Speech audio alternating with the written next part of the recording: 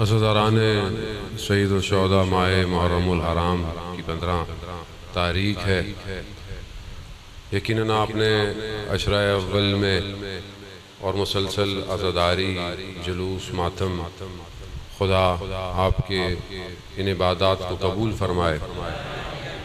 تھوڑی دیر کے لیے بہرحال خدا نے مجھے توفیق دی کہ آپ مومنین کے درمیان میں حاضر ہوں اور اللہ کا ذکر کریں اور ان کا ذکر کریں جن کا خود خدا ذکر کرتا ہے۔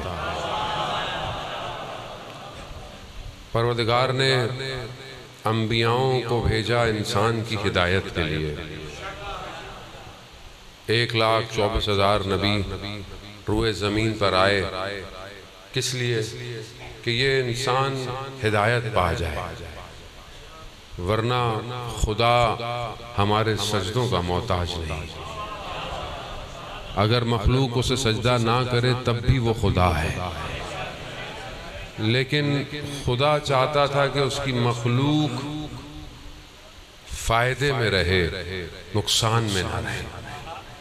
وہ چاہتا تو ایسی دنیا بناتا کہ جس میں کسی کو کوئی اختیار نہ ہوتا، جیسے باقی مخلوقات کو اختیار نہیں ہے۔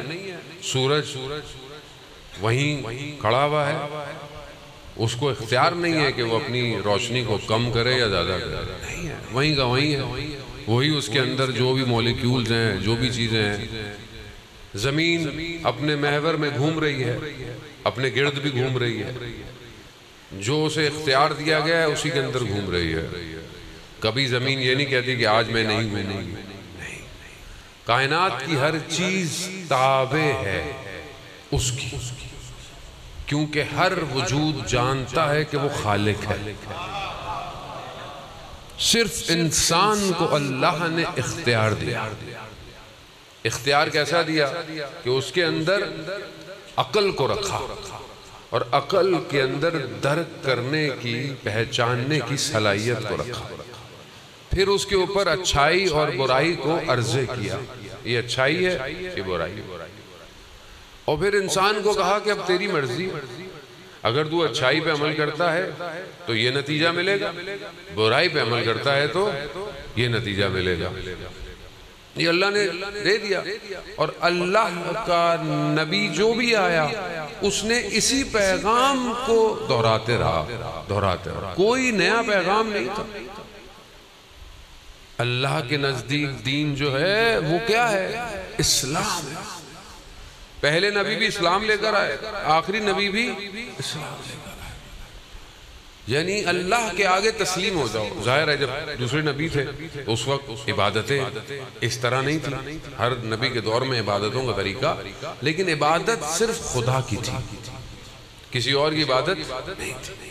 جتنے نبی آئے انہوں نے انسانوں کو مشرک پن سے، بت پرستی سے، باقی پوجاؤں سے، جس سے بھی تھا اس سے باہر نکالا، آؤ اللہ کی عبادت کرو۔ نبیوں نے اپنے کاموں کی کوئی بھی اجرت نہیں مانگی لوگوں سے، ضرورت نہیں تھی۔ کیوں؟ مثال کے طور پر آپ کسی کمپنی میں نوکری کرتے، کمپنی آپ کو سیلری دیتی ہے، تنخواہ دیتی ہے، آپ کا اپنا کام ہو، آپ کسی سے پیسے نہیں لیتے، آپ کا اپنا کاروبار ہے، آپ کسی سے کیا لیتے؟ آپ جب کوئی کام کرتے ہیں دنیا میں، کسی کو سروس دیتے ہیں تو آپ اس سے چارجز لیتے ہیں، دنیا کا رول ہے۔ یہ دو گے یہ لوں گا، یا پیسے دو یا کوئی اور چیز دو، دنیا اسی پہ چل رہی ہے، لین دین پہ، دنیا کا کاروبار ہے۔ اللہ کا نبی دنیا میں پیغام کو جو اللہ کے لے کر آیا، اس نے لوگوں سے کوئی اجر نہیں مانگا کہ کوئی ہم نے تمہاری خدمت کی، ہم تمہیں جنت لے کے جا رہے ہیں، اس سے بڑی اور کون سا کام ہو سکتا تھا؟ لیکن نہیں۔ کیوں؟ کیونکہ اس کی نوکری کر رہا ہے جو کائنات کا مالک ہے۔ جس کی کمپنی بہت بڑی ہو وہ لوگوں سے پیسے نہیں لیتا، کیونکہ ہم لوگ ظاہر ہے ہم دنیا میں اتنے گم ہو گئے ہیں کہ ہم بہت ساری حقیقتوں کو جانتے ہیں مگر پھر بھی خاموش، یا یوں سمجھ لیں کہ غفلت میں. اور ان نبیوں کو لوگوں نے اجرت کے بجائے کیا دیا؟ سختیاں، مشکلات، مصیبتیں. حضرت نوح 950 سال تبلیغ کرتے رہے، بدلے میں کیا ملا؟ پتھر، لہو لعان، زخمی ہو جاتے تھے، روز زخمی ہوتے تھے. کتنے تھوڑے سے لوگ مسلمان ہوئے، تھوڑے سے کشتی میں سوار کیا. وہ بھی جب حضرت نوح نے دیکھا کہ یہ تو قوم سنبھل نہیں رہی تو اللہ عذاب بھیج، مگر اللہ نے عذاب بھیجنے میں تاخیر کی ہے. بہت بعض روایات کہتی ہیں 80 سال اللہ نے 80 سے 100 سال عذاب کو ٹالا ہے، مگر پھر بہرحال عذاب. خوب یہ سلسلہ چلتا گیا. کشتی 6 مہینے کہتے ہیں پانی میں رہی، رکی. اللہ نے حضرت نوح کو کہا کہ مٹی سے کچھ بناؤ، مٹی سے، کچی مٹی سے کچھ بناؤ. انہوں نے بنایا. جب وہ بن گئے، سوکھ گئے، اللہ نے کہا نوح ان کو توڑ دو. حضرت نوح نے کہا پروردگار میں نے بڑی محنت سے بنایا ہے. تو خدا نے کہا نوح ہم نے مخلوق کو بھی بڑی محنت سے بنایا تھا. خدا رحمان کو رحمان کے نمائندوں سے سمجھنا پڑتا ہے. ہماری زندگی میں سب کچھ ہے، خدا نہیں ہے. آگے بڑا معاملہ، نبی آتے گئے جاتے گئے، نبی آتے گئے جاتے گئے. حضرت یوسف کے بھائیوں نے حضرت یوسف کو کنویں میں پھینک دیا، بیچ دیا، بک گئے. غلام ہو گیا اللہ کا ولی، مصر کے بازار میں قیمت لگ گئی. وہی غلام مصر کا جو ہے وہ بادشاہ بن گیا. وہی بھائی آئے، اللہ کا نبی معاف کر دیا. لیکن جب یہ اپنے باپ والد کے پاس حضرت یعقوب کے پاس گئے کہ ہمیں معاف کریں، تو انہوں نے یہی کہا کہ خدا کی بارگاہ میں توبہ کرو، خدا بخشنے والا ہے. حضرت موسیٰ، بڑی تیزی سے بہرحال میں خلاصہ آپ کی خدمت میں پیش کر رہا ہوں. حضرت موسیٰ اتنی سختیاں برداشت کی، فرعون کی اذیتیں، فرعون کی تکلیفیں. فرعون کو جب اللہ نے فرعون کو تبلیغ کرانا چاہی تو کیا کہا حضرت موسیٰ سے کہ جاؤ فرعون کو سمجھاؤ. اور فرعون جو بندوں کو کاٹ دے، جس نے زندہ بچوں کو جو ہے وہ پیٹوں میں ماں کے جو ہے وہ مار دیا، لوگوں کو غلام بنا دیا، عورتوں کے ساتھ کیا سلوک، اس فرعون کے دربار حضرت موسیٰ نے کہا پروردگار میں فرعون کے پاس. کہا میرے بھائی کو بھیجے میرے ساتھ، بھائی کو ساتھ بھیجا. مگر خدا نے کہا فرعون سے گفتگو موسیٰ آرام سے کرنا. فرعون ہے انا ربکم الاعلی، جس نے رب ہونے کا دعویٰ کیا. اللہ اس سے کیسے بات کر رہا ہے؟ پیار سے، نرم لہجے سے بات کر رہا ہے. ہم کیسے بات کرتے ہیں؟ فرعون تو نہیں ہے نا ہمارے درمیان میں، خدا نخواستہ. یہاں تو ذرا سا پتہ چلے نہیں وہ تو یوں والا ہے، وہ تو دایاں والا ہے، وہ بایاں والا ہے. کیسے بات کرتے ہیں؟ فلانا تو یوں ہے، فلانا دوسرے فرقے کا ہے، فلانا اس کا ہے، فلانا ہمارے نظریے کا نہیں ہے. ہمارے ڈیویژن ہے نا یہ. تو ہم بات کیسے کرتے ہیں؟ اور ہمارا بس چلے تو ہم کسی کو جنت میں جانے نہ دیں.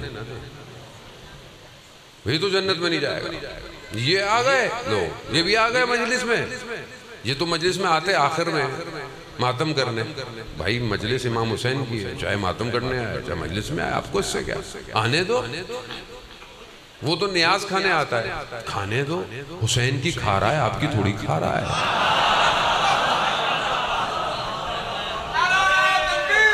اللہ اکبر، یا رسول اللہ. ہمیں کیا پتا کس کو کتنا امام حسین پسند ہے؟ ہمیں کیا پتا؟ ہم کون ہوتے ہیں؟ جب اللہ قرآن میں فرعون کے پاس اپنے ولی کو بھیج رہا ہے، وقت کے نبی کو بھیج رہا ہے، اور کیا کہہ رہا ہے؟ لین گفتگو کرنا، آرام سے گفتگو. واللہ فرعون ہے، ہاں کوئی فرق نہیں پڑتا، ہے تو میری مخلوق، ہے تو میری عزیزان محترم. یہ مجلس امام حسین کی ہے، یہ کسی فرقے کی نہیں ہے، کسی گروہ کی نہیں ہے. ادھر گفتگو وہی ہونی چاہیے جو امام حسین کو پسند ہو. اپنی پسند کے لیے دوسروں کو ناراض نہ کریں. قیامت میں وہ جا کر گلہ کرے گا کہ میں تو مجلس میں آنا چاہتا تھا، اس نے آنے نہیں دیا مجھے. اسی لیے مجلس ایسی ہو جو سب کے لیے ہو، گفتگو کا لہجہ بھی ایسا ہی ہے، لوگوں کو کھینچے نہ دور کرے. قرآن یہی کر رہا ہے. اس پوری داستان کے بعد فرعون مانا نہیں. حضرت موسیٰ نے اپنی قوم کو راتوں کو لیا، نکل گئے، نجات کے لیے نکل گئے. حضرت موسیٰ کون ہے؟ منجی ہیں، نجات دینے والے ہیں. بنی اسرائیل گریہ کرتی رہی کہ خدا نجات دینے والے کو بھیج. کیوں؟ کیونکہ ہم پر بڑا ظلم ہو رہا ہے، ہم پر ستم ہو رہا ہے. اتنا گڑ گڑائی کہ اللہ نے حضرت موسیٰ کو بھیج دیا. حضرت موسیٰ لے کے نکلے بنی اسرائیل کو، بنی اسرائیل نکلی. فرعون کو پتہ چلا، ظاہر ہے یہ لوگ تو پیدل تھے، فرعون گھوڑوں پہ اپنی سواریوں پہ. فرعون پہنچ گیا، سامنے دریا، پیچھے فرعون، درمیان میں بنی اسرائیل. بنی اسرائیل نے جب دیکھا کہ سامنے تو پانی ہے، حضرت موسیٰ سے کیا کہا کہ اے اللہ کے نبی، تو ہم پھنس گئے، آگے پانی ہے، پیچھے فرعون ہے، کیا ہوگا؟ تو اللہ نے قرآن کی آیات میں حضرت موسیٰ کو کیا کہا؟ موسیٰ ان سے کہو میرا رب میرے ساتھ ہے، میرا رب میرے. یعنی زندگی میں جب تم پھنس جاؤ، سامنے بھی دیوار ہو، پیچھے بھی دیوار ہو، کوئی راستہ نہ ہو، تو بس یہی کہہ لینا میرا رب میرے ساتھ ہے. اور جس کا رب اس کے ساتھ ہوتا ہے نا، اس کے لیے سارے دروازے کھل جاتے ہیں. بس عزیزان محترم عصا کو پانی میں مارا، پانی میں رستہ بنا، بنی اسرائیل نکل گئی. بنی اسرائیل نکلی، فرعون سمجھا کہ وہ بھی نکل جائے گا، وہ بھی پانی میں کود گیا، واپس پانی اپنی جگہ پہ آ گیا. فرعون ڈوبنے لگا. فرعون نے موسیٰ سے کہا کہ میں ایمان لاتا ہوں، مجھے چھوڑ دو. نہیں، ڈوب گیا. اللہ نے موسیٰ سلام اللہ علیہ سے کہا، علیہ السلام، کیا کہا؟ موسیٰ اگر فرعون نے مجھ سے مدد مانگی ہوتی تو میں بچا لیتا. خدا اصل داستان لا الہ الا اللہ ہے. میں نہیں ہوں، کوئی اور نہیں ہے. یہ سب آئے اس لیے. مصر، زلیخا، دربار، حضرت یوسف جوان خوبصورت. حضرت یوسف کا نام ہی ایسا ہے. یوسف کا نام کا مطلب کیا ہے؟ یوسف کا نام آتا ہے آپ کے ذہن میں کیا آتا ہے؟ ہم نے کیا حضرت یوسف کو دیکھا ہے؟ نہیں. پھر اللہ نے جمال ایسا رکھا تھا، ایسا جمال تھا کہ جب زلیخا پہ اعتراض اٹھانا کہ یہ کیا کر رہے ہیں، اس کو تو تم لوگوں نے خود بڑا کیا، تو زلیخا نے مصر کی عورتوں کو جمع کیا اور کہا کہ میں یوسف کو بلاؤں گی.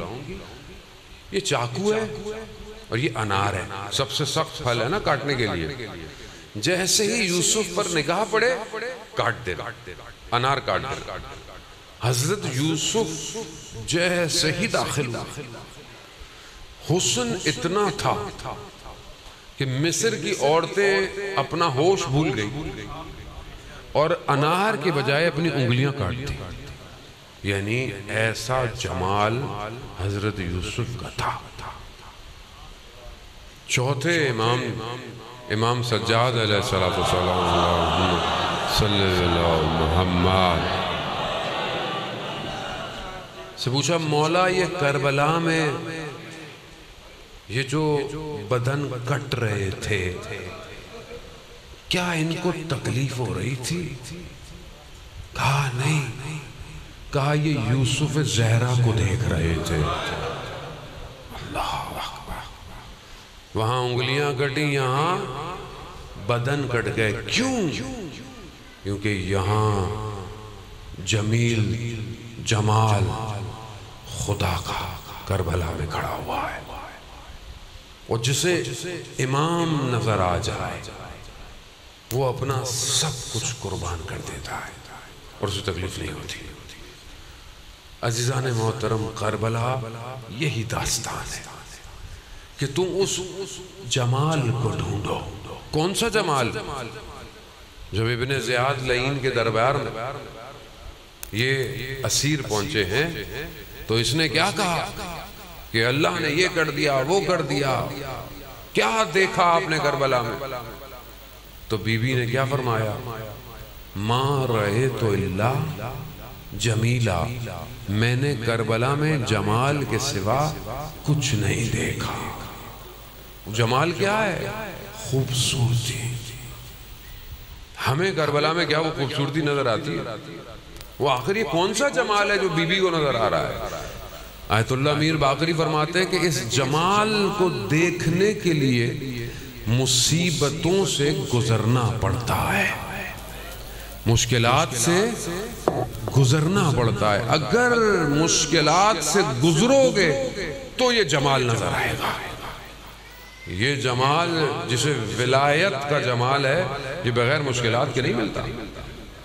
آپ کی زندگی میں کوئی مشکل نہ آئے، کوئی مصیبت نہ آئے اور آپ بولیں جی مجھے سب کچھ مل جائے، ممکن ہی نہیں ہے۔ جب ہمارے ارباب، ہمارے مولا نے سختیوں کو برداشت کیا، اور یہ سختیاں ان کے لیے ایسی سختیاں نہیں تھی جیسے ہمارے لیے، اللہ کی طرف سے آزمائش، اللہ کی طرف سے امتحان ہے، اور یہ امتحان پہ انہوں نے صبر نہیں کیا۔ شخص چھٹے امام کی خدمت میں آتا ہے، اللہم صلی علی محمد وآلہ، امام سے آگے کہتا ہے کہ مولا ہمیں جو بھی مشکل ہوتی ہے ہم اس پہ صبر کرتے ہیں، آپ مولا کیا کرتے ہیں؟ مولا اللہ ہم تمہارے جیسے نہیں ہیں، ہم مشکلات میں خدا کا شکر کرتے ہیں، بندگی ہے، جانتے ہیں خدا کیا چاہتا ہے۔ ہماری زندگی ذرا سی مشکل، ذرا سی پریشانی آ جائے ہمارے پاؤں کھڑنا شروع ہو جاتا ہے، بیمار ہو جائے کوئی، ہماری زندگی جو ہے وہ مشکل میں آ جاتی۔ صلوات بھیجیں محمد والا۔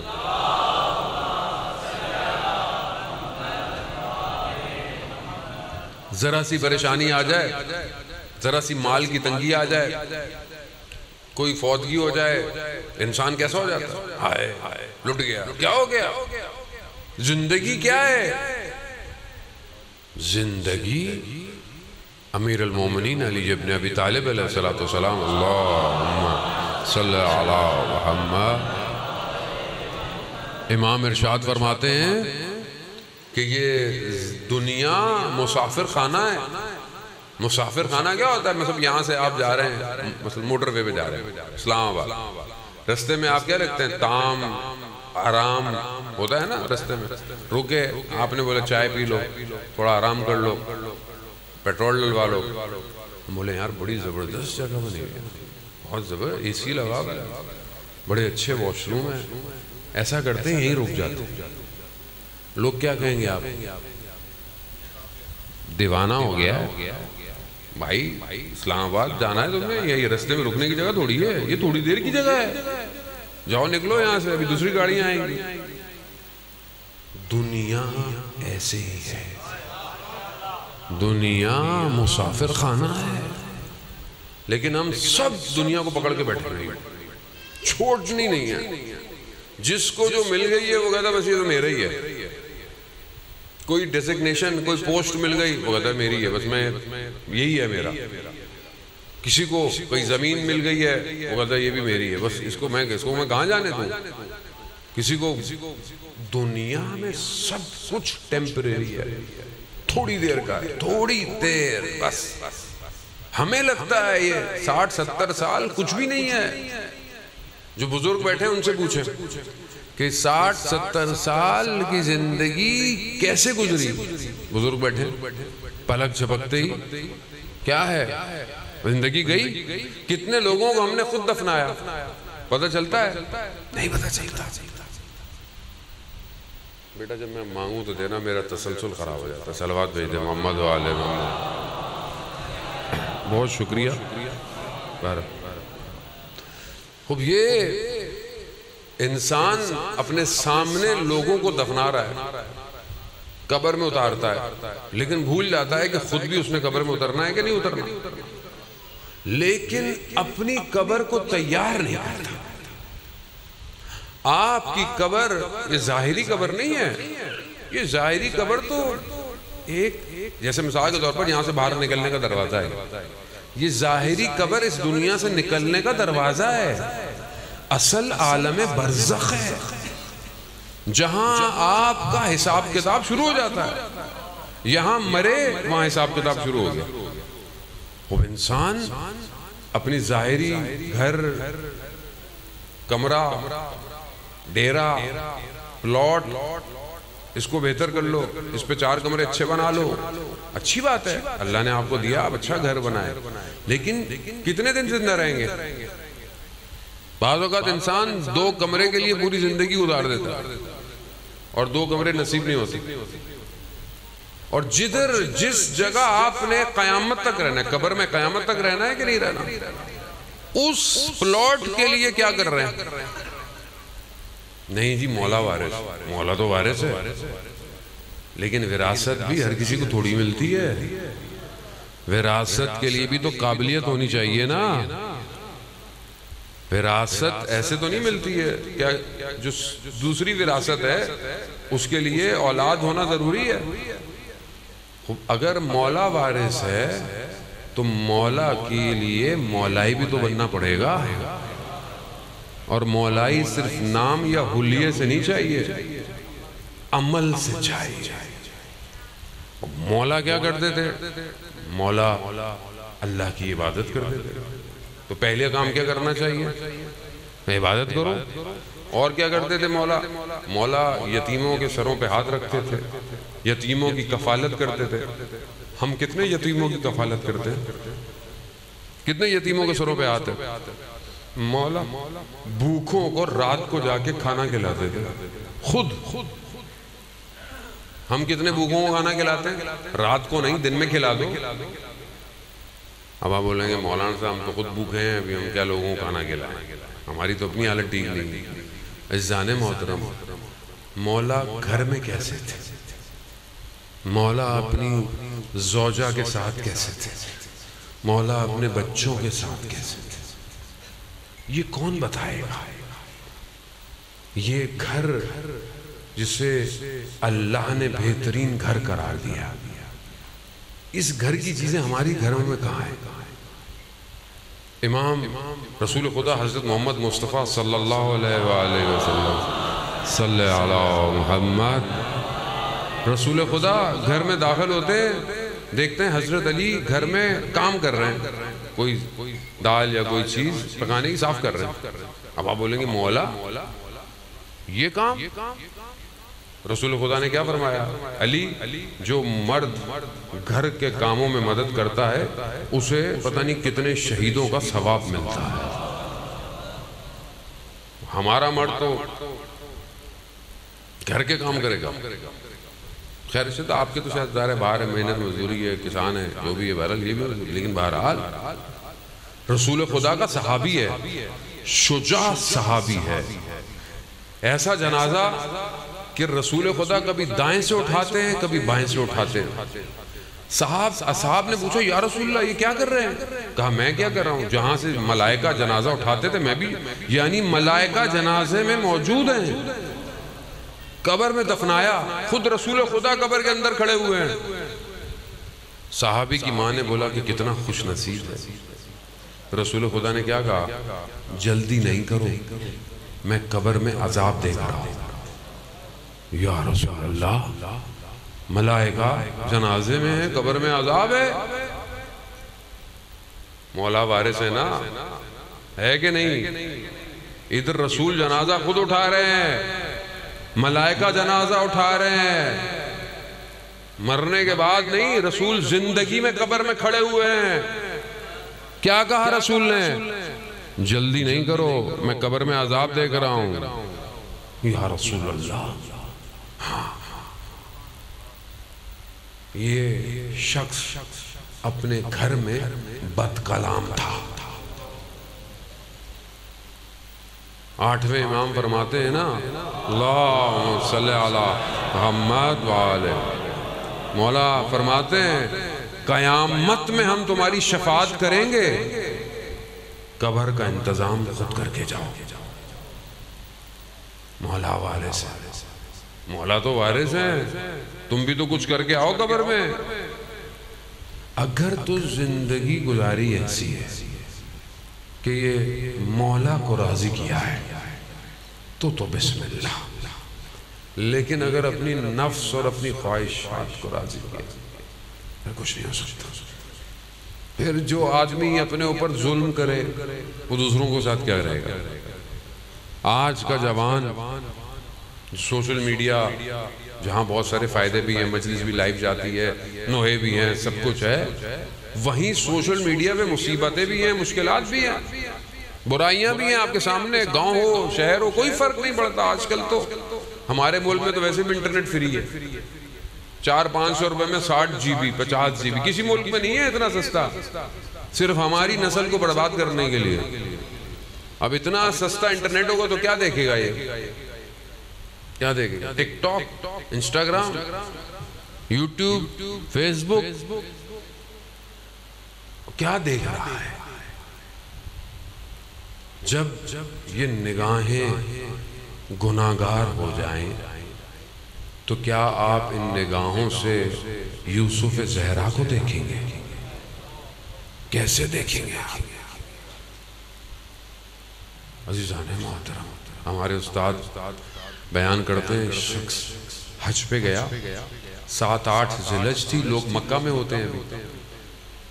صبح نکلا باہر، دیکھا کہ خالی ہیں مکہ کی سڑکیں. پریشان ہوا، لوگ کہاں گئے؟ ابھی تو منع کی طرف نہیں جاتے. دیکھا سامنے سے ایک نقاب پوش آ رہا ہے. اس نے سوچا کہ میں اس نقاب پوش سے پوچھوں گا کہ لوگ کہاں ہیں. جیسے ہی نقاب پوش قریب آیا اس نے اپنے نقاب کو اٹھایا. نقاب کو جیسے ہی اٹھایا اس کا بدن ساکت ہو گیا، ہل نہیں پایا. پھر واپس نقاب بند ہوا، وہ بند شخص غائب ہو گیا اور دیکھا لوگ چل رہے ہیں. یعنی اس نے کس کو دیکھا؟ امام کو دیکھا. عالم دین نے اس سے پوچھا کہ تم نے کعبہ کو دیکھ کر پہلی دعا کیا مانگی تھی؟ تو اس نے کہا میں نے کعبہ کو دیکھ کر یہی کہا تھا، اللہم ارن طلعت الرشیدہ، اے پروردگار مجھے وہ رخ زیبا دکھا. تو وہ کہتے ہیں کاش تم نے گفتگو بھی مانگ لی ہوتی تو امام تم سے کلام بھی کر لیتے. کیا ہم خدا سے مانگتے ہیں کہ ہمیں امام دکھا؟ یا لیتنی کنتو معاکم، کاش ہم کربلا میں ہوتے. زیارت پڑھتے ہیں نا، زیارت وارثہ میں پڑھتے ہیں کاش ہم کربلا میں ہوتے تو ہم بھی آپ کے ساتھ کامیاب ہو جاتے. ہم کربلا تو نہیں جا سکتے، انشاءاللہ ہمیں زیارت نصیب ہو کربلا کی، لیکن ہم 61 ہجری میں تو نہیں جا سکتے نا امام کے پاس. تو مگر امام کا فرزند تو ہمارے درمیان میں موجود ہے، ہم اس کے پاس کیوں نہیں جا رہے؟ اس کے لیے کیا؟ اس کو کیسا شخص چاہیے؟ کربلا امام تک پہنچنے کی داستان ہے. اگر ہم اپنے امام تک نہیں پہنچ پائے تو یہ ہماری مجلسیں ہمیں کیا دے رہی ہیں؟ ہمارا ماتم، ہماری عزا، ہمارا گریہ، ہمارے جلوس کس کے لیے ہیں؟ اصل وارث کون ہے ہماری مجلسوں کا؟ امام ہے نا. تو امام تک ہم پہنچ رہے ہیں کہ نہیں پہنچ رہے؟ ہر مجلس سے اٹھ کر مجھے میرا امام یاد آتا ہے کہ نہیں آتا؟ ہر مجلس سے اٹھ کر میں اپنے امام کے ایک قدم قریب ہوتا ہوں یا نہیں ہوتا؟ تو اس کا مطلب مجلس میں مسئلہ نہیں ہے، مسئلہ میرے اندر ہے، میں اپنے آپ کو صحیح کروں۔ عزیزان محترم، اور صحیح کرنے کا فارمولہ وہ ایک ہی ہے، الگ نہیں ہے۔ الگ کوئی حساب کتاب ہوتا نا کہ جی فلانا شارٹ کٹ ہے اور مطلب یہ کر لو وہ کر لو، تو پھر اللہ نے 1,24,000 کو کیوں بھیجا؟ پھر رسول کو کیوں بھیجا؟ رسول غار حرا میں بیٹھتے تھے، حضرت جبرائیل آتے تھے، قرآن کی آیتیں آتی تھیں، 23 سال قرآن آیا، احکام جاری کیے، مدینہ میں حکومت قائم کی، اتنی سختیاں، اتنی جنگیں کیوں کی؟ یا رسول اللہ، وہ تو کہ خانقاہ میں بیٹھ جاؤ، کسی حجرے میں بیٹھ جاؤ، نماز کی ضرورت نہیں، اس کی ضرورت نہیں، بس اگر یہ ہوتا تو رسول نہیں جانتے تھے، امام علی نہیں جانتے تھے۔ امام علی مسجد میں آئے، دیکھا کچھ لوگ مسجد میں بیٹھے، ہر وقت مسجد۔ مولا نے پوچھا کون لوگ ہیں؟ کہا مولا یہ لوگ بڑے پاک لوگ ہیں، ہر وقت مسجد میں بیٹھتے ہیں، عبادتیں کر رہے ہیں۔ مولا نے پوچھا کہ ان کو کھانا پینا کون دیتا ہے؟ مولا ہم ہیں نا، ان کو کھانا پینا دیتے ہیں۔ امام نے کیا فرمایا؟ ان سے بہتر گلی کے کتے ہیں، کم از کم اپنی ہڈیاں خود تو ڈھونڈتے ہیں۔ یعنی عمل کا شخص چاہیے، صرف یہ بھی نہیں کہ بس میں بیٹھا ہوں تو بیٹھا ہوں۔ مطلب ہم امام سے بہتر خدا کو جانتا ہے کوئی نہیں جانے، امام سے بہتر کسی کی عبادت، امام سے بہتر کسی کی محنت۔ مولا متقیان رسول خدا کے پاس ہے، رسول خدا نے کہا کچھ علی کھانے کو چاہیے۔ حضرت علی گئے، دیکھا ایک یہودی عورت مٹی کا گارا لے کے کھڑی ہوئی ہے، پانی نہیں ہے اس کے پاس، اس کو مٹی کا گارا بنانا ہے۔ مولا چند بالٹیاں جو بھی برتن تھا لا کے دیا اس کو پانی، اس نے اس کے بدلے میں کھجوریں دی۔ مولا کھجوروں کو لے کر رسول کی خدمت میں گئے، یا رسول اللہ حلال کی کمائی ہے۔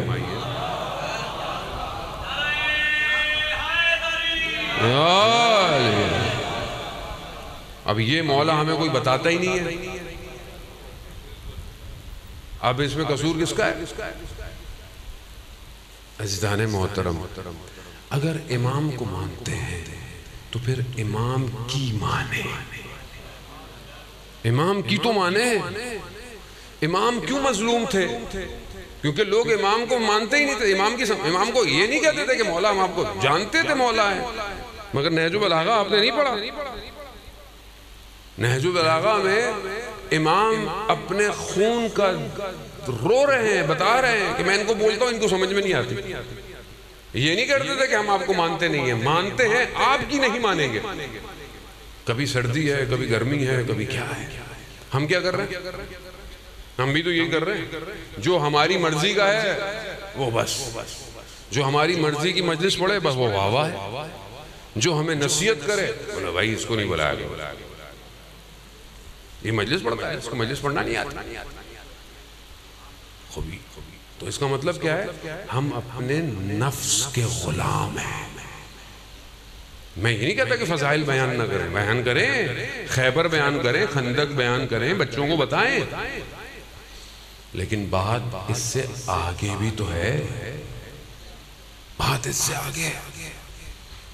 مولا متقیان نہج البلاغہ، ہم میں سے نہج البلاغہ کتنے لوگوں کے پاس؟ ماشاءاللہ۔ اب تم آسان ہو گئی ہے، کسی کے پاس اگر کتاب نہیں بھی ہے تو اب تو آپ کے موبائل میں سافٹ ویئر ہے، سب نے نہج البلاغہ انسٹال کی بھی ہے، ٹک ٹاک تو ہے، انسٹاگرام بھی ہے۔ میں تو آپ بزرگ تو ماشاءاللہ، میں بچوں کو کہہ رہا ہوں، بلکہ آپ لوگوں کو کہہ بھی نہیں رہا، جو لوگ لائیو سن رہے ہیں ان کو کہہ رہا ہوں، انسٹا سب کچھ ہے، نہج البلاغہ ڈاؤن لوڈ کریں۔ نہج البلاغہ کیا ہے؟ نہج البلاغہ کلام امیر ہے نا، تو امیر سے محبت ہے کہ نہیں ہے؟ تو کتنا کلام میں نے امیر کا پڑھا آج تک؟ سوکھی محبت۔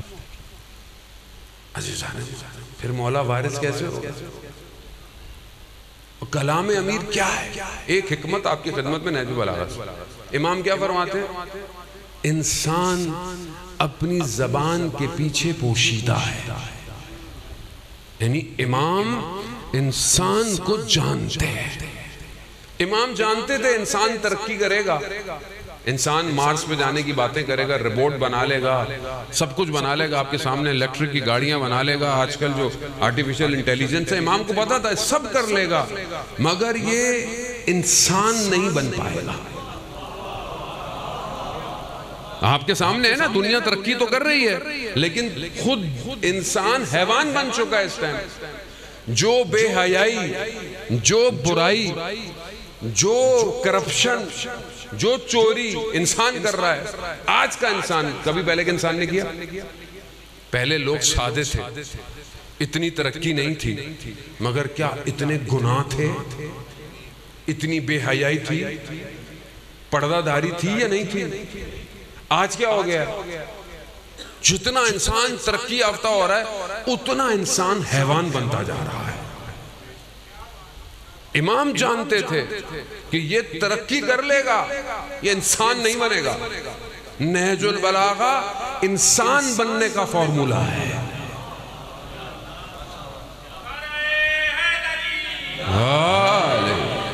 اگر چاہتے ہیں ہم کہ انسان بنے, نہج البلاغہ پڑھیں, امام کے خطبے, امام کے لیٹر, امام کے نامے. جانے محترم, جب تک معصوم کا کلام نہیں اترے گا, جب تک یہ وجود تبدیل نہیں ہوگا. یہی تو دشمن چاہتا ہے کہ آپ کلام سے دور ہو جائیں. امام رضا علیہ السلام ارشاد فرماتے ہیں, اللہم صلی علی محمد وآل. امام کیا فرماتے ہیں کہ ہمارا کلام لوگوں تک پہنچا دو, ہمارے کلام میں تاثیر ہے, لوگ خود بدل جائیں گے. مگر ہم نے کالا امام صادق, کالا امام باقر لوگوں تک نہیں پہنچا, ہم اپنی گفتگو میں پہنچا. عزیزان محترم, خب یہ مولائیت اپنے کردار میں ایجاد کریں. آپ کو کوئی دور سے دیکھے تو کہے ہاں مولا کا جانے والا ہے. ایسا نہ ہو کہ صرف مسجد امام بارگاہ میں تو ہے, باہر نکل کے نہیں ہے, گھر میں نہیں ہے. اور انسان اپنی تنہائی میں پہچانا جاتا ہے. باہر تو ایک دوسرے کا احترام کرتا ہے نا, ایک دوسرے کی عزت کی خاطر غلطی نہیں کرتا. لوگ کیا سوچیں گے, ہم بھی کوئی غلطی کریں تو کوئی لگے مولانا صاحب کیا کر رہے ہیں, لوگ کیا سوچیں گے. لیکن اپنی تنہائی میں سامنے بیٹھے ہوئے بچے کا خوف ہے, مگر اپنی تنہائی میں اللہ کا خوف نہیں ہے. اس کا مطلب کیا ہے کہ یہ باتیں کہ آپ جانتے نہیں ہیں, آپ جانتے ہیں ساری باتیں, میں نے کوئی نئی بات نہیں کی. مسئلہ یہ ہے کہ ہم غافل ہو گئے.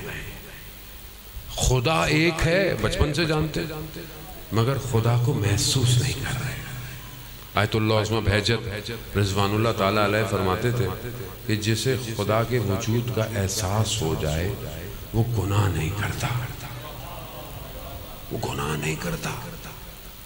شخص چھٹے امام, امام جعفر صادق علیہ السلام, اللہم صلی علی محمد وآلہ, امام کی خدمت میں آتا ہے اور امام کو عرض ادب کرتا ہے. امام پوچھتے ہیں تمہارے بھائی کا کیا حال ہے؟ کہتے ہیں مولا میرا بھائی ٹھیک ہے, مگر آپ کے معاملے میں احتیاط کرتا ہے. احتیاط یعنی آپ کے معاملے میں اس کا عقیدہ تھوڑا ڈاؤن ہے کہ پتہ نہیں حق پہ ہیں یا نہیں ہے, اس لیے احتیاط کرتا. امام نے کہا اپنے بھائی سے کہنا کہ فلانے سفر میں فلانے درخت کے نیچے اس نے احتیاط کیوں نہیں کی. اب اسے تو پتہ نہیں تھا, یہ اپنے بھائی کے پاس پہنچا, اس نے کہا کہ مولا کی خدمت میں گیا تھا, میں نے مولا کو بتایا, مولا نے تمہارا پوچھا. کہا پھر؟ کہا مولا نے مجھے کہا کہ اگر احتیاط کرتا ہے تو پھر فلانے سفر میں فلانے درخت کے نیچے احتیاط کیوں نہیں کی. جیسے یہ بتایا اس کے چہرے کا رنگ اڑ گیا. کہا کیا ہوا؟ کہا مگر وہاں کوئی موجود نہیں تھا، وہاں کوئی اور نہیں تھا۔ کہا ماجرا کیا ہے؟ کہا میں ایک شخص کے ساتھ سفر پہ جا رہا تھا، اس کے ساتھ اس کی کنیز بھی تھی، میرا دل اس پہ آ گیا، میں نے بہانے سے اس کے مالک کو کہیں بھیجا اور کنیز کے ساتھ غلط اکیلا، مگر کہتا ہے کہ اس وقت کوئی نہیں تھا۔ تو اسے سمجھ آ گئی امام کسے کہتے ہیں۔ عزیزان محترم، ہمارا امام پر کیا ایمان ہے، کیا یقین ہے ہمارا؟ امام کہاں ہے؟ ہمارے اعمال امام کی خدمت میں جاتے ہیں کہ نہیں جاتے؟ تو کیا جا رہے ہیں؟ کیا بھیج رہا ہوں میں؟ ہفتے میں روایات کہتی ہیں 2 دفعہ ہمارے اعمال امام کے پاس جاتے ہیں، میرے بھی جائیں گے، آپ کے سب کے جاتے ہیں۔ تو کیا میرا میرے امام کو خوش کر رہا ہے کہ نہیں کر رہا؟ آیت اللہ میلانی رضوان اللہ تعالیٰ علیہ مقدس بی بی کے حرم میں کم میں دفن ہے، کہتے ہیں کہ میں عراق سے پیدل روڈ بائی روڈ آ رہا تھا زمین کے ذریعے سے، ادھر آیا تو ایلام میں سردیاں تھیں، برف، رات ہو گئی تو میں نے کہا کہ رات رک جاتے ہیں، برف پڑ رہی ہے، تو ایک قہوے خانے میں دیکھا کھلا ہوا ہے، لوگ چائے وغیرہ، لیکن میں جیسے ہی اندر گیا تو وہاں لوگ بڑے اباش قسم کے بیٹھے ہوئے تھے اور بڑی گفتگویں خراب ہو رہی۔ تو میں نے دیکھا باہر درخت کے نیچے ایک سید بیٹھا ہوا، اس نے مجھے کہا کہ تقی ادھر آ جاؤ، وہ جگہ تمہارے بیٹھنے کی نہیں۔ میں آ گیا، ساری رات درخت کے نیچے بیٹھے رہے، نہ سردی لگی نہ کوئی تھکاوٹ ہوئی۔ صبح ہوئی، فجر کی نماز میں نے اس سید کے پیچھے پڑھی، تھوڑی سی روشنی نکلی تو انہوں نے کہا کہ چلو سفر شروع کرتے ہیں۔ جیسے ہی جانے لگے، تھوڑا سا چلے تو مجھے احساس ہو گیا کہ یہ کوئی اور نہیں، وقت کا امام ہے، اور امام جب تک خود نہ چاہیں یہ احساس آپ کو نہیں ہو سکتا۔ ہمیں نہیں پتا ہوتا ہماری زندگی میں ہمیں امام ملے ہوں گے کہ انشاءاللہ ملے ہوں گے، لیکن جب تک امام نہ چاہیں کوئی نہیں پہچان سکتا۔ کہا مجھے پتا، جیسے ہی مجھے پتا چلا امام نے کہا کہ اب تمہیں پتا چلی گیا ہے تو بس اب ہم تم سے جدا ہوتے ہیں۔ کہا مولا پھر کہاں ملاقات ہوگی؟ کہا کم میں ملاقات ہوگی اور سبزہ زار میں ملاقات ہوگی۔ یہ کہہ کر میں بڑی بے چینی سے کم پہنچا، 3 دن کم میں رہا، مگر امام سے ملاقات، بڑا دل میرا ٹوٹا کہ مولا نے تو کہا تھا۔ جیسے ہی میں سبزہ زار پہنچا، اسی انتظار میں کہ امام ملیں گے، دیکھا میرے پیچھے ہاتھ آیا۔ میں نے کہا مولا آپ نے تو کہا تھا کم میں بھی ملیں گے۔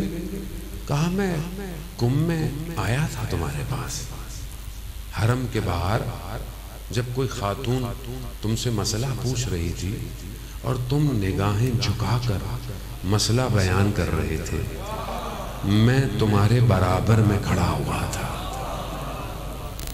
عزیزان محترم، ہمیں نہیں پتا کس لمحے ہمارے برابر میں ہمارا امام کھڑا ہوا، اس لیے اپنے آپ کو بچا کے رکھیے۔ بس میں زیادہ آپ کا وقت نہیں لے سکتا، میری طبیعت ابھی بہرحال پہلے سے تو بہتر ہے، لیکن دعا کریں گے اللہ تعالیٰ سب بیماروں کو بیمار کربلا کے صدقے شفائے کاملہ عطا فرمائے۔ عزیزان محترم، بس ایک ہی چیز اگر ہم لے کے اٹھ جائیں آج تو ہماری مجلس بھی ہو گئی اور میری شفاعت بھی ہو گئی کہ ہم اپنے امام کو حاضر جانیں۔ بس جو کربلا میں آئے تھے وہ سب چھوڑ کر آئے تھے، سارا مال چھوڑ آئے تھے، سارے رشتے چھوڑ آئے تھے، کیوں؟ امام۔ شب عاشور امام نے اپنی بیعت بھی اٹھا لی، جنت کے مقام بھی دکھا دی۔ کیا کہا یہ جنگ مجھ سے چاہتے ہیں، آپ سے نہیں، آپ چلے جائیں۔ کوئی گیا؟ کیوں؟ کیونکہ ان کی زندگی امام تھا۔ ہماری زندگی امام ہے؟ ہماری زندگی میں سب کچھ ہے، امام نہیں۔ کیا میں صبح اٹھ کے امام کو یاد کرتا ہوں؟ کیا میں امام کی سلامتی کا صدقہ دیتا ہوں؟ کیا میں قرآن کی آیات کی تلاوت پڑھ کر امام کو ہدیہ کرتا ہوں؟ پھر میں کہتا ہوں اللہ جل اللہ جل اللہ جل۔ کہاں آئے؟ کس کے گھر پہ آئے ہیں؟ ہم تو ایسے ہیں، ہماری مسجد میں ہماری امام بارگاہ میں مجلس ہے، دوسرے کی نہیں ہے، ہم جاتے نہیں۔ ہمارا تو یہ حال ہے نا ایسا؟ وہ کوئٹہ میں علمدار روڈ پہ پتہ نہیں کتنے امام بارگاہ ہیں، 18 ہیں میرے خیال میں۔ ایک کیا مجلس پڑھو دوسرا ناراض ہو جاتا ہے، دوسرے کیا مجلس پڑھو تیسرا ناراض ہو جاتا ہے۔ میں نے وہاں جا کے کہا، میں نے کہا اگر امام ایک مسجد میں آ گئے، امام باڑے میں آ گئے تو کیا کرو گے؟ کیا کہیں گے؟ مولا ہمارے امام باڑے میں آئیں گے تو ہم آپ کو مانیں گے۔ یہ تو ہمارا حال ہے۔ پھر ہم کہتے ہیں اللہ جل اللہ جل اللہ جل۔ عزیزان محترم، اپنے دل سے امام سے محبت کریں، بس اس سے زیادہ اور میں آپ سے کچھ نہیں کہوں۔ کربلا میں امام نے دلوں کو خریدا ہے۔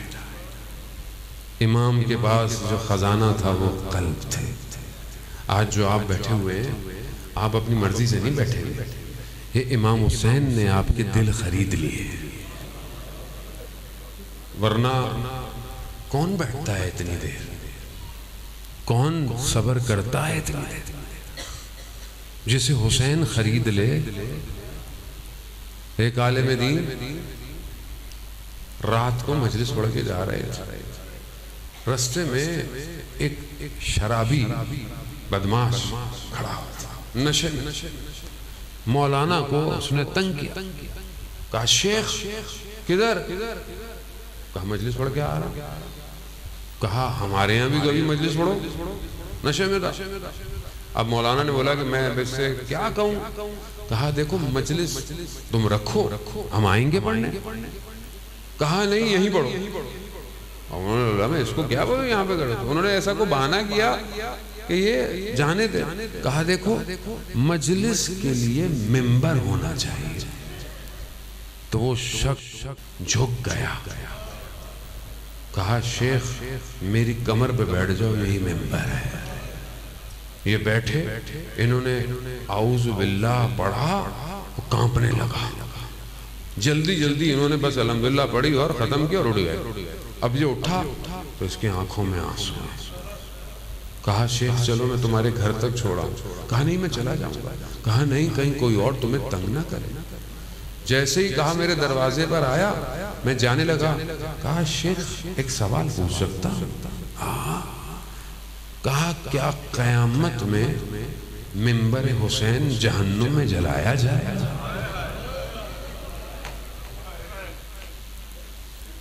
میں نے کہا کہ نہیں، امام حسین جب خریدتا ہے تو دلوں کو خرید لیتا ہے۔ عزیزان محترم، امام حسین بڑا کریم ہے۔ امام نے چلتے چلتے لوگوں کو خریدا ہے، اور جسے حسین خرید لے پھر دنیا اس کی قیمت نہیں لگا سکتی، وہ اتنا قیمتی ہو جاتا ہے۔ خوش قسمت سمجھیں ہم اپنے آپ کو کہ ہمیں امام حسین نے خرید لیا ہے۔ عزیزان محترم، مصیبتیں سنتے رہے ہیں۔ جو لوگ اربعین میں کربلا جاتے ہیں، خدا آپ سب کو اربعین میں کربلا کی زیارت نصیب۔ رستے میں پیدل چلتے ہیں، آپ ٹی وی پہ دیکھتے ہیں، یوٹیوب پہ دیکھیں، لوگ پیدل چلتے ہیں، سفر کرتے ہیں 900 کلومیٹر، لیکن نجف سے کربلا 80-90 کلومیٹر۔ کتنی دیر کا سفر ہے؟ اگر آپ صحیح چلتے رہیں تو آپ پہنچ جاتے ہیں 1.5-2 دن میں۔ لیکن کیوں؟ روڈ صاف ہے، رستے میں پانی پینے کی جگہ ہے، رستے میں کھانا بھی کھلاتے ہیں، رستے میں آرام بھی ہے، آپ آرام سے تیزی سے پہنچ جاتے ہیں۔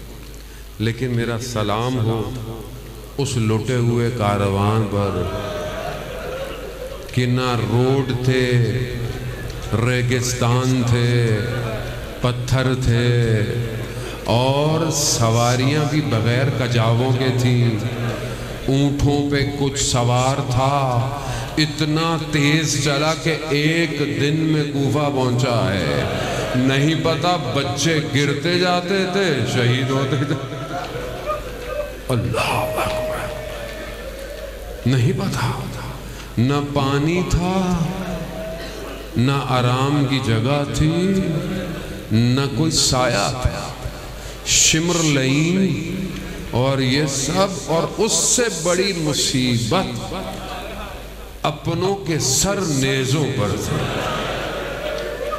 اللہ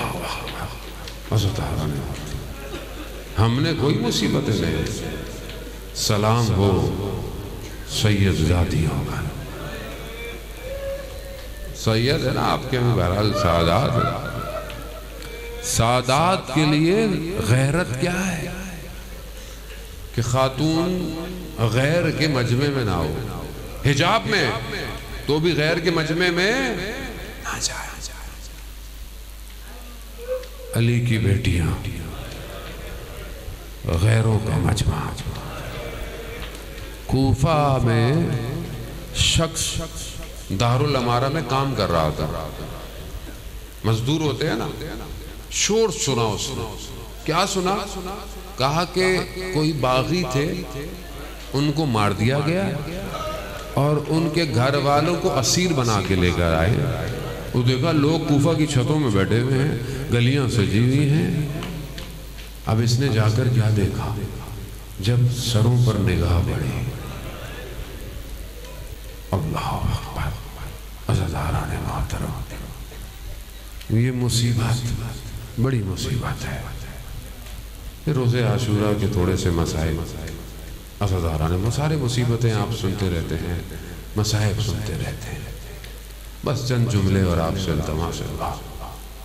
روزے عاشور پانی کی سختی تو تھی ہی صحیح، لیکن تمام ماؤں کی گودیں ایک ایک کر کے اجڑنا شروع ہوئی۔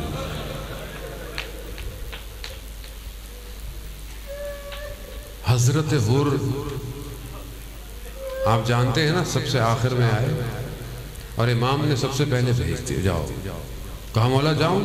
ہاں حر جاؤ، مہمان ہے مولا، تھوڑی دیر تو بٹھائیں۔ مگر امام بھی جانتے ہیں مہمان کو پلانے کے لیے پانی تو ہے نہیں۔ کہا حر جاؤ۔ حر جانے لگے نا، کہا میں اہل حرم سے معافی مانگ لوں۔ حر سید زادیوں کے خیموں کے باہر گیا، مٹی کو سر پہ ڈالا اور ایک التجا کی، کہا اے علی کی بیٹیوں، قیامت میں اپنی ماں سے میری شکایت نہ کرنا۔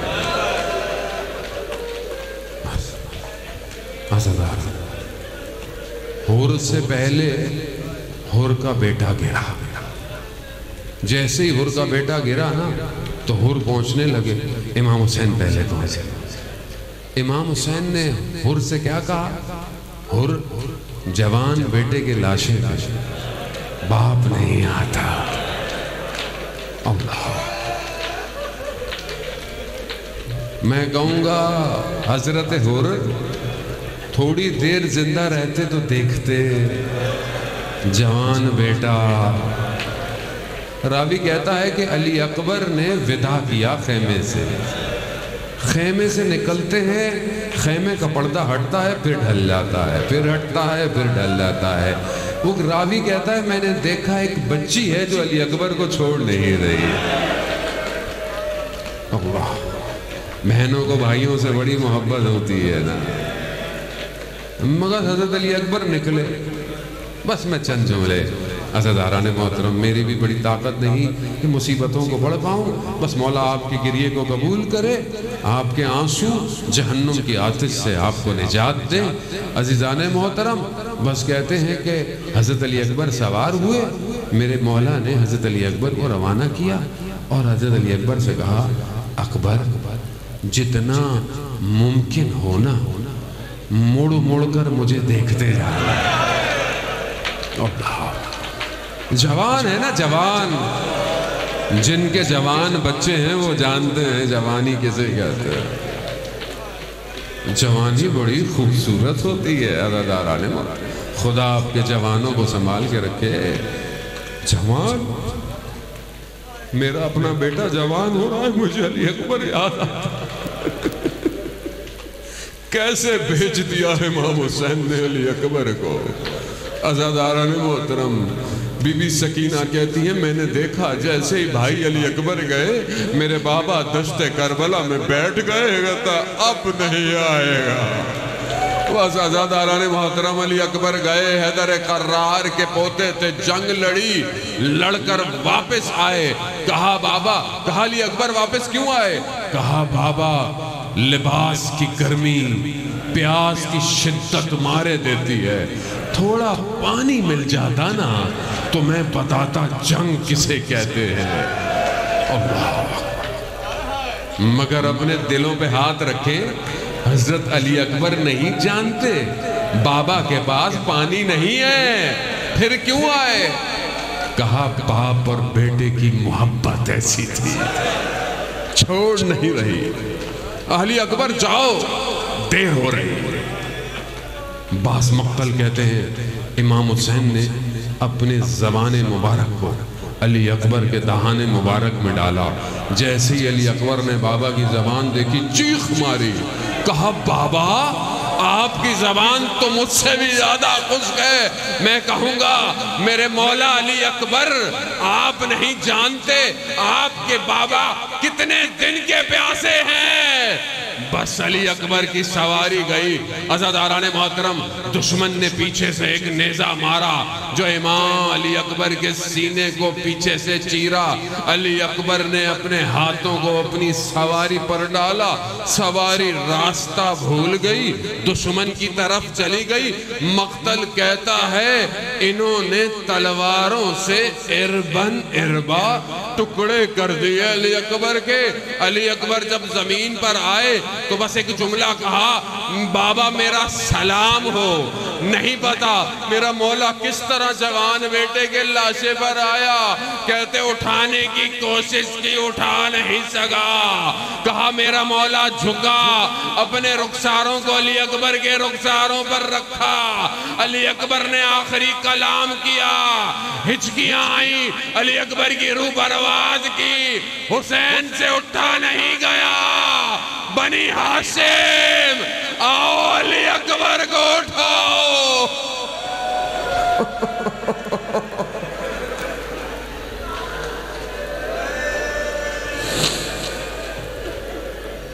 ماتم حسین۔